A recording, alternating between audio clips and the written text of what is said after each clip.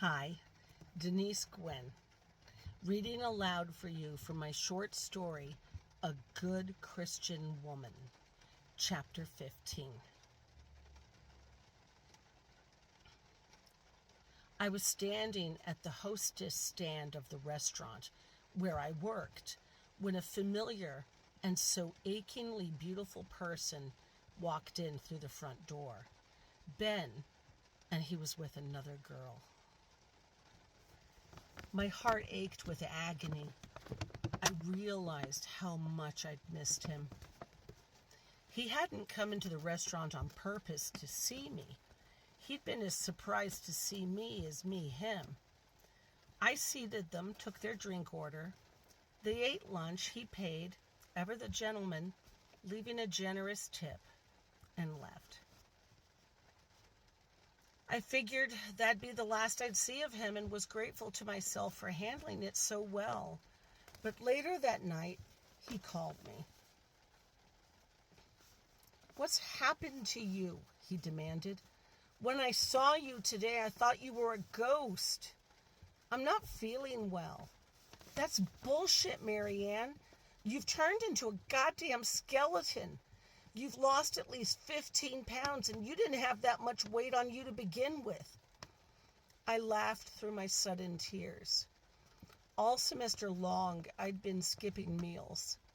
Too much effort to walk down to the cafeteria. And besides, I got all the leftovers I wanted from the restaurant. My jeans felt loose on me, sure, but I hadn't really noticed a significant weight drop. Then again, I hadn't weighed myself. I held the cell phone to my ear and walked into the girls' communal shower. Stared at my reflection in the mirror. Only then did I notice the dark circles under my eyes, the hollows in my cheeks. I had to agree, I looked bad. "What's going on?" he asked. "If you're sick, you need to see a doctor." "I'm sick in my heart, Ben." "Over us?" he asked, a husky quaver in his voice. "Yes, in part, but it's even worse than that." "What could possibly be worse than breaking my heart?" "When I was at Mama's this past Christmas, I learned something. Bad. Really bad. Something sad." "What'd you learn? Is your Mama dying?" "No, honey, it's not that." He wouldn't let up.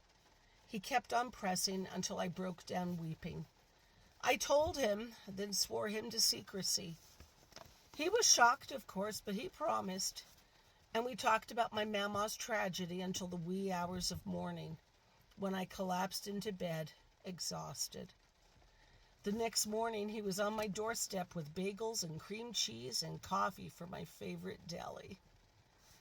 The following night, after we made love, he put the ring back on my finger, and I let him. With Ben's help, at last, I talked myself back into a state of appearing and starting to feel normal again. It was a new normal, though. I could never again not know.